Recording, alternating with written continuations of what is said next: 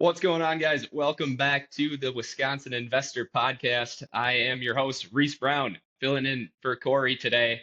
Super excited to show you guys the conversation I just had with Will Traber today. But before we get into that, I want to give a shout out to our show sponsor, Wisconsin Discount Properties, your source for exclusive off-market real estate deals every week. Sending out deals you're not going to find on Zillow, not going to find on Facebook, only available to those who go to wisconsindiscountproperties.com. It's super easy to join. Just go to the join the list tab at the top of the website, enter name, phone, email, and someone from the team will reach out to get you onboarded. Even if you're not ready to invest yet, you'll gain access to some very valuable resources. One being the case studies page, which showcases real deals that have been bought, rehabbed, and flipped by other investors in the area. So if you're ready to get started, go over to wisconsindiscountproperties.com today. Alrighty, just wrapped up that conversation here with Will Traber. Really excited for you guys to hear it. Will is the embodiment of someone who lives by the term massive imperfect action. The words analysis paralysis do not exist in his vocabulary. He went from being a full-time middle school principal to having multiple flips under contract in just a few months, and now he has scaled that even more, which you'll hear him talk about today. If you've been listening to this podcast and consuming, other real estate content month after month without taking action, I think this episode might be a bit of a wake-up call. So, without further ado, let's dive into today's episode. What's going on, guys? Welcome back to the Wisconsin Investor Podcast. Super excited for today's episode, joined by a good friend of mine. Will Traber is in the virtual studio here today. So, Will, how we doing? Great. It's a good day. It's a good day. Good to hear, man. Before we jump in, I know a decent amount about your story here, but give the audience, a quick backstory. What did life look like for Will before jumping into real estate here? Yeah, so I grew up, my dad was a shop teacher by trade and, just a DIYer. So growing up, he always had us in the garage and, never called a handyman or, things of that nature. He always tried to fix things himself. So I grew up, just always trying to fix things and build things and just kind of tinkering. He wasn't in the real estate business, but he was always tinkering with something.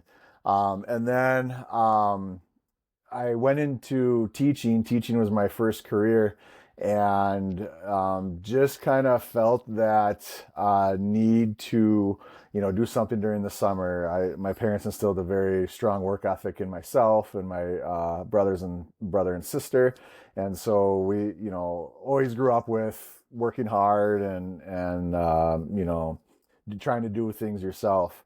Mm-hmm. But the one thing about myself is that I always had that entrepreneur spirit, but I didn't know what that was. I loved being around kids, still do, but didn't know how I can start my own business, where it was. And so got my first teaching job and started swinging a hammer during the summers, just for some extra cash. Didn't think too much of it. And then went into school administration. So then I stopped kind of swinging a hammer in the summer and went to school administration. Was there for probably about close to 8 years in school administration, and started a family, have kids now, and decided I couldn't do school administration anymore, and so I started a real estate business, my investment company, and started buying a couple rentals. For sure. Loved it. Yeah, go ahead. No, what I was gonna say is all those summers then through teaching and administration, were you every single summer doing, swinging hammers like for Through 10 years plus? Yeah, no, not through administration. Through administration, though, that is year round. So Full I time. swung a hammer for the close to 10 years that I was in teaching. I swung hammers or did something kind of in the trades Mm-hmm. where that, pretty much rough carpentry.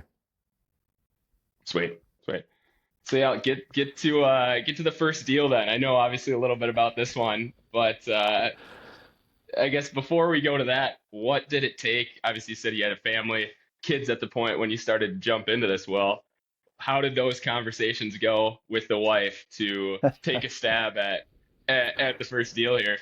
Yep. So well, obviously was hesitant at first, didn't know what the real estate game was or investing in real estate was all Hmm. about. And I had probably listened to a year's worth of podcasts, and talked to, a realtor friend of mine, and just kind of learned it and started running numbers. So was supportive of me doing it because it would eventually bring me back into the classroom where I could spend more time with my students.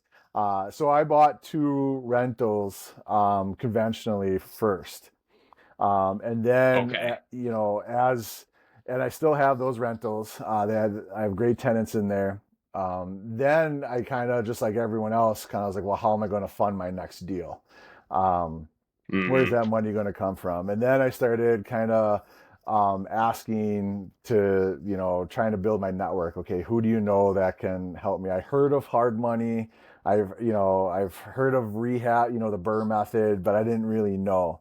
So then I met Tony at Good Faith Funding and Hmm. had a meeting with him. And honestly, there's certain times in your life where you can probably pinpoint things that lead to a trajectory, that exponentially make whatever situation you're in, go for the positive. And that is probably one of five things that I can think of in my life that have contributed to my success. And that was that meeting with Tony, and Good Faith Funding. Just That's kind of how awesome. they broke it down and fundamentally, and that partnership formed. And honestly, I haven't looked back since. Yeah, that was something I was going to bring up later, right? There's like what needle moved here, right? You went from Yep. a solid W-2 income to jumping into real estate full time. So Tony being one of those huge Yep. needle movers for you. As this process continued on, what have been some of the other big needle movers for you, getting into real estate?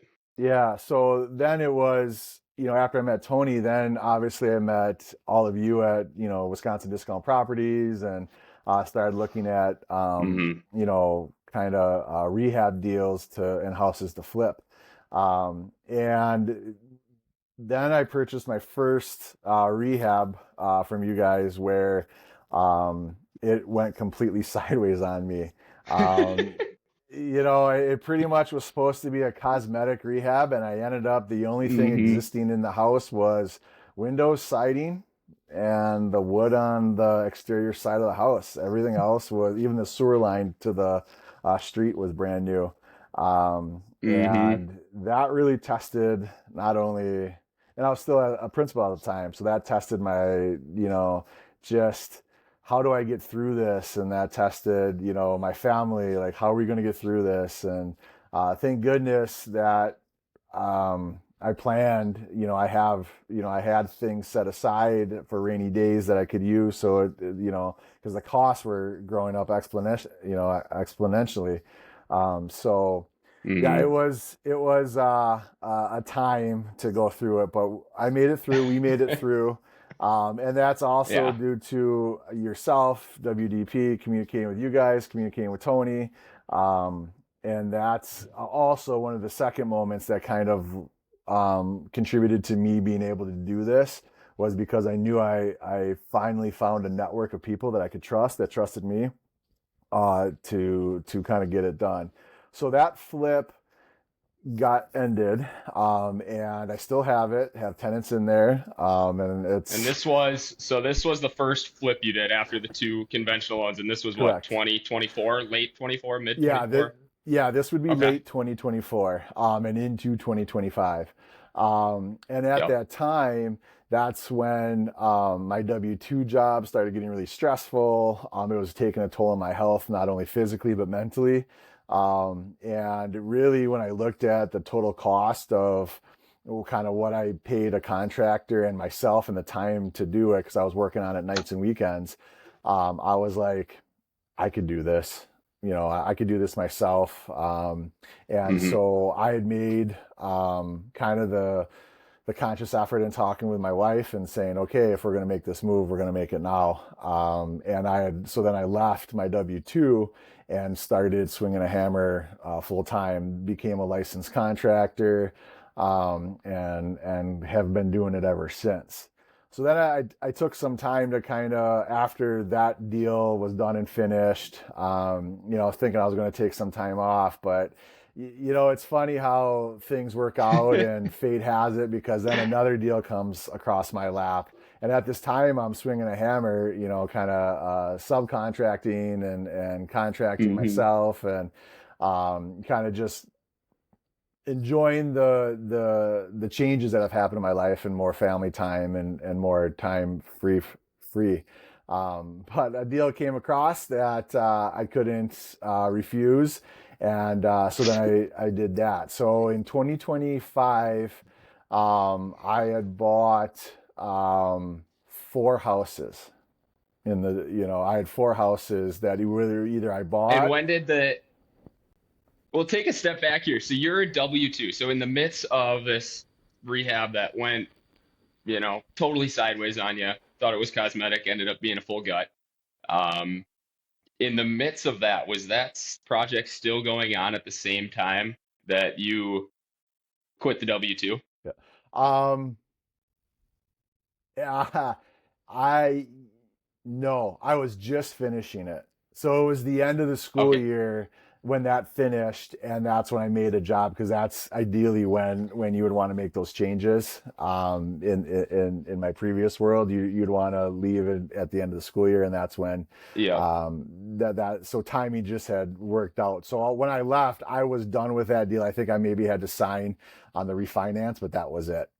So that deal was done, all clean. We're good to go. Yes, financially the numbers that I'm upside down on it, but I'm going to hold it. I'm going to keep it. I'm going to let that time appreciation work for me. So now that's my strategy. And uh, so then I started swinging a hammer. Then summer of last year. Yeah. So that was all. So take me through this. A lot of people, that's why I was really excited to have you on here, Will, because that would be such a stressful moment in someone's life, right? I'm planning because I think you had been planning to quit your W-2 that summer. You had already been thinking about doing it, Mhm. and then summer was just the time where it made most sense. All the while, you're jumping into your first rehab. You're like, holy shit, I don't know what I'm doing.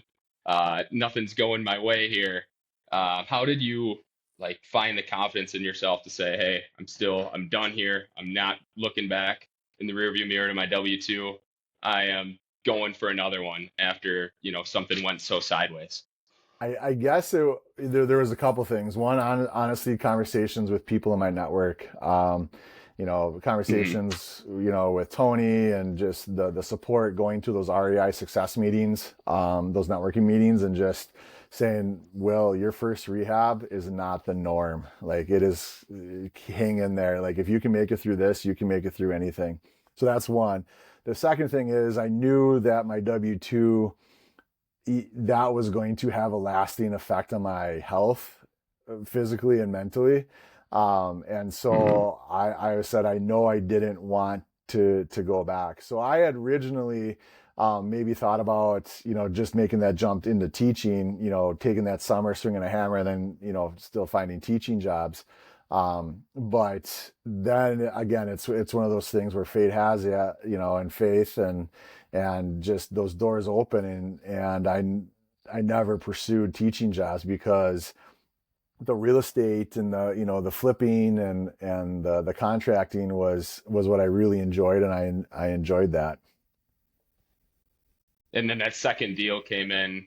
Yeah. Did that second deal have an impact on you being like, okay, I'm doing this. I'm not looking for teaching Yep. jobs. Yep. So that second deal Nice. came in August. And that was a hold too. So I bought and hold that one. I bird that one. I still own that one. That one was a more cosmetic. I knew more than what I did the previous one. So every deal I've done, I learn a little bit more.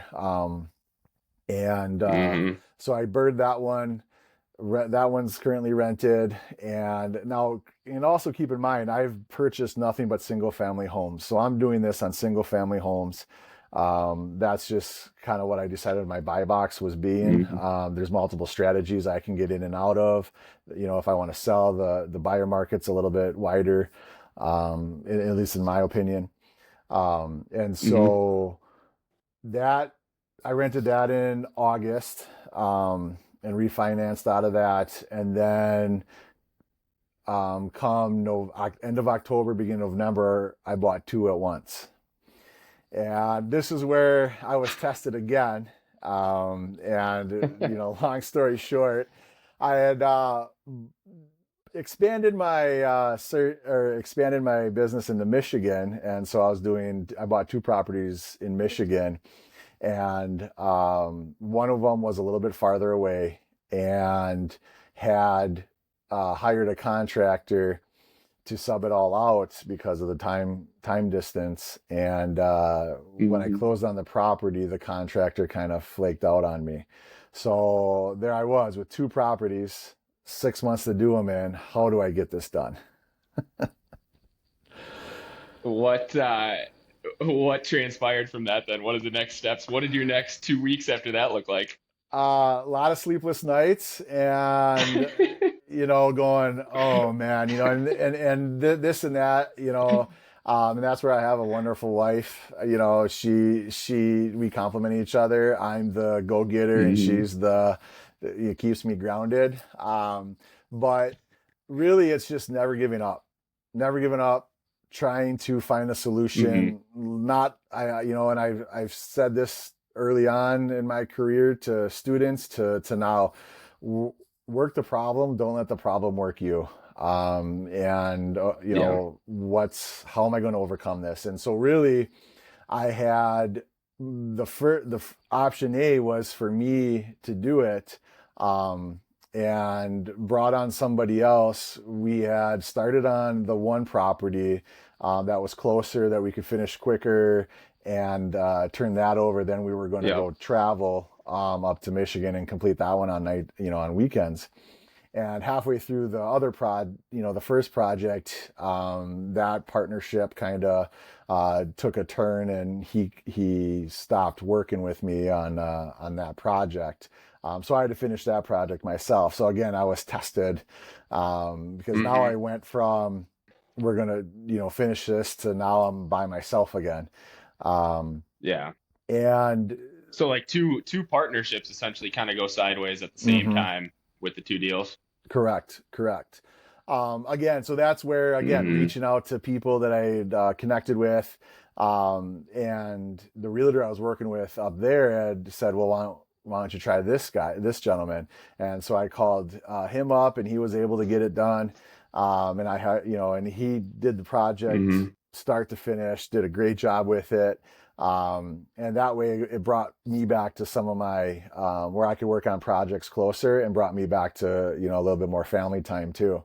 So we ended up finishing that one. Actually, it's been a long process, but closed on it in October, and have an accepted offer on it. And that one will close this next month. Awesome. That's sweet. What did the conversations go like with the new um contractor that the realtor gave you? What did you switch up between your uh conversations with the contractors that maybe didn't go so well versus the one that did go well? What different attitude did you bring to those conversations to make sure that they were going to be doing the work and getting it done right?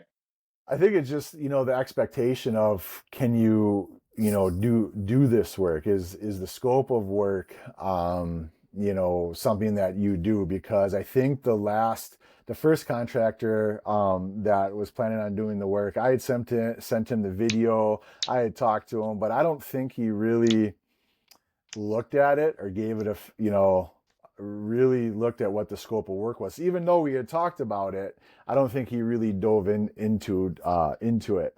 Whereas this new contractor, the one that I ended up doing the work, he was able to walk the property with me, because at that time I had owned it. And he he's been in the business a lot longer. He's owned his business a lot Hmm. longer, whereas the other one was just starting out. And so he had that knowledge behind him and he worked with other real estate investors, so he knew what the work needed to go into flipping a house and what it took and timelines and Yeah. working with out of state investors and things of that nature. So it was a totally different conversation. And he knew what it means to fit in a budget, and that we're trying Yeah. to make profit, and everyone's trying to make money here, and it was a much better situation. In fact, now I'm looking for another deal that he can do as well. Yeah, and I think that also goes back to you mentioned a big needle mover being your network, and Hmm. that's, a referral that came from your network. Um, how have you still been able to find folks outside of maybe your immediate network? I know one thing that I talk about a lot is Facebook is such a great resource to find contractors, to find outside help, but obviously it's not a referral. You gotta Yeah. manage those leads, if you call them, a little bit differently. Have you still found people outside of your main network, Yeah. or has it Yeah. mainly been? It's mainly been my network, because either myself or my network. It's usually giving you or Connor a call, or reaching out to other people, and saying, hey, who do you know Yeah, that you recommend can do XYZ? That's been huge. And even some people in your network, you're like, again, that happened to me. You're like, okay, I'm not gonna, for whatever reason, move forward. Partnerships kind of change directions, and priorities change. So yeah, I haven't had to reach out on Facebook. It's been kind of good that way, where I haven't needed to. how have you built that up so quickly? It's been, a year and a half, and it seems like you've got a wide variety. You're buying properties in Wisconsin, you're buying properties in Michigan. Has it been getting out and going places in person? Have you done a lot behind, a screen networking? What's had the biggest impact to build that network? That's a good question. Really, it's been going to that REI success meeting. That has been, I'll be honest with Hmm. you, the only networking meeting, because I value family time, and, I'm doing a lot of the work myself on nights and weekends. So, I don't want to go backwards and not spend time with my family. So really, I've dedicated myself to the REI success meeting, and that's been, had the biggest impact. So, I love the um, free shout outs, man. This is perfect. Sorry, success. I'm loving yeah, it. yeah, um, but no, that's cool. Um, Fast forward here, 2026. Now, yeah. I don't even know how many properties you've got under contract now. Well, what is the number at between under contract to close on the front end, Yeah. back end, current rehabs? What does that look So like for you? yeah, so currently I started the business in 2024, February of 2024. I have 6 doors, um, one's a duplex. So I bought my first duplex. I did buy a duplex. 6 doors, 5 properties. I have 2 flips done. I'm working on another one right now. I just closed on another one that I'm just finishing up on one, then I'll start another. So, and we can talk about how I've spaced that out. So I don't have two at once, because I learned that lesson as well. Yep. Um, but and then I have 2 more under contract that I'm closing on, I believe. Yep, for sure. One other one. I might be forgetting one. But so really, right now, how I space those out is I just figure out the scope of the work, how long it should take me, and then kind of look at when I'm bidding on things, when those are closing, and so that I don't overbook myself, so that I'm able to get the work done. I also gave myself a little bit of buffer between a couple projects. So if things run a little bit behind, I have 3 weeks that I can catch up on things, so that the one I'm closing in at the end of May, I have 3 weeks before that to catch up on anything, any previous projects that I have going on Yeah. right now. And really I was able to bring on someone full time. So now I have someone that works for me full time. So that was also a Nice. big factor of my scaling up was I again wasn't really looking for it. A situation kind of presented itself where it's a mutual benefit, and I've known him my whole life, um, and I've known him since grade school, and so I brought him on Nice. board, and so he's able to keep things moving even quicker, which now kind of lit a fire underneath me because now I have not only my family to provide for, but now I also have another person that he's relying Hmm. on me to find deals and to keep his family fed. So it's been good. And so right now I plan, we have houses, lined up and it's been good. And um, I just, count my blessings and keep working hard and keep Yeah. putting time into the networks is what I feel going to be the sustainability to this is the Hmm. pursuing those networks. So, question for you. You go from having the W-2 income to then not having that, starting to flip, losing money on the first one, and now you've got, it sounds like five under contract right now that aren't stabilized, and you've hired someone.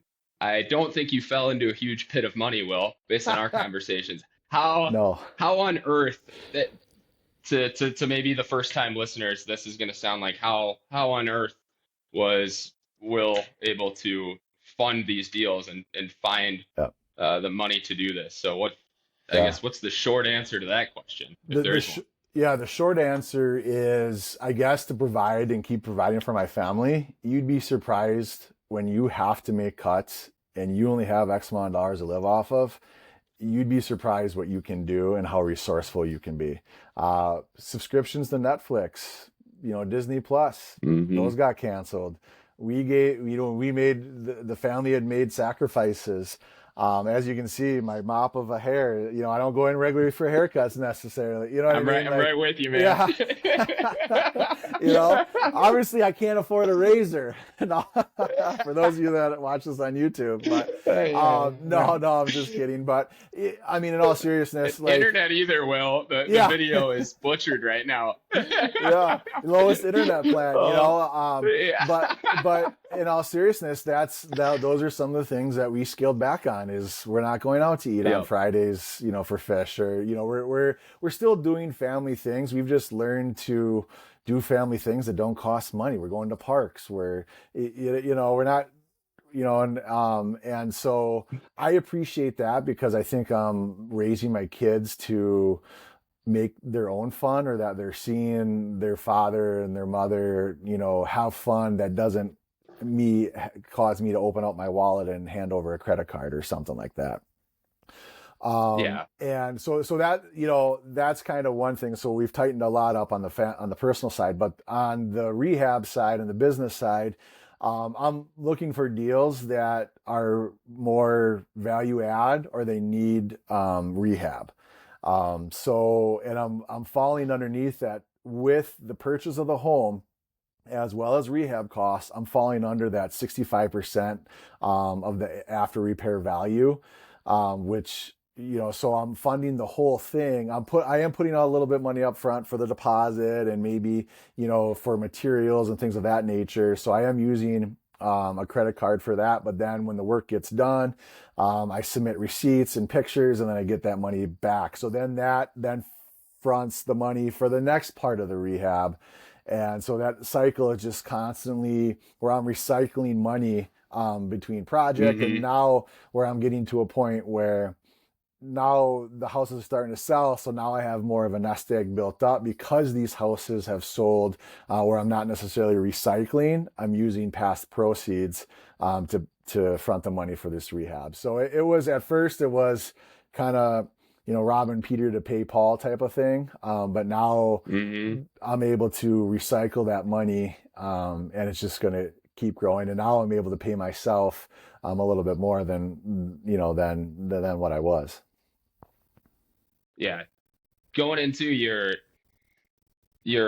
buy box, I guess, it sounds like you've got that narrowed down quite a bit in some ways, right? You'll buy Mhm. properties just about anywhere. You go up to Michigan, you'll buy in Wisconsin. So you'll travel as far as you need to, Will, but you got the one duplex, but mainly looking at single family homes, keeping it under 65%. How long did it take you to sort of hone in on what it was you wanted to buy, and how important was that to actually taking action and putting in bids? I think it was the lessons I learned, and the deals that I was finding. And really it was, um, I knew that single family homes I could sell them easier either as a rental to another investor that wanted to use it as a rental, or a new home buyers that wanted it for their first home. I mean, those were the houses that I'm buying. Not necessarily Or second. keep it as a rental as well too. Like Yeah. that was part of the yep, yep. Yep. So you have three exit strategies right off the bat. Two and a Correct. half. Correct. Where then Yep. so I had a couple of those underneath my belt, and then so I said, okay, so now I'm going to try my first multifamily, and I just bought a upper lower duplex. But it Hmm. took some time to really hone in on, what I wanted. I wanted to get. I've heard, a lot of people say they spread themselves too thin. They find the next, like golden ticket, nice Yeah, shiny yeah, object, yeah, and then yeah. they go for that. Where I was like, and me, I can do that very easily. But I said, no, I said, I got too much, stake in the game riding on this. I need to make sure that any move I make has a purpose. And I'm strategic in that. So now I still like single family homes right now, because Hmm. that's my bread and butter. That's what I'm used to. And every house I'm still learning. So I don't feel as though I'm to a point where I need to take a next step, because I I want to make sure that I'm really comfortable, because that's my fallback. Like if I go into another venture, maybe it's bigger multifamilies or whatever it may be, but I want to have a good solid foundation on single family homes, that if the market pivots or things happen, where I have something to fall back on too. And that's the other thing too in this venture too.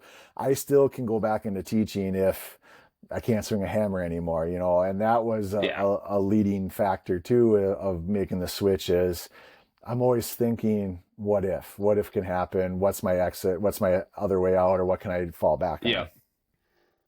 And having multiple exit strategies, I'm sure, just made you so much more comfortable to take the step when you know, hey, there's not only one way out once I get into this. So taking Yep. kind of the multiple exit strategy approach to not just a certain property, but to the whole process.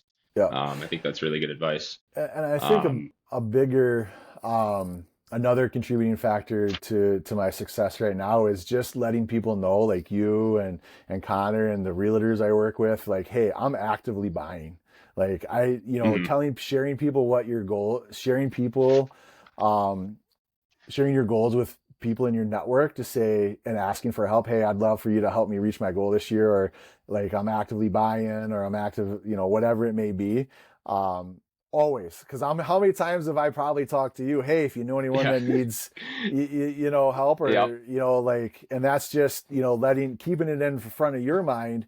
And the realtors I work with, and things of that nature, so that when something crosses their desk, like I got someone, that you need to talk to, Yeah. or something We like were that. talking about that yesterday.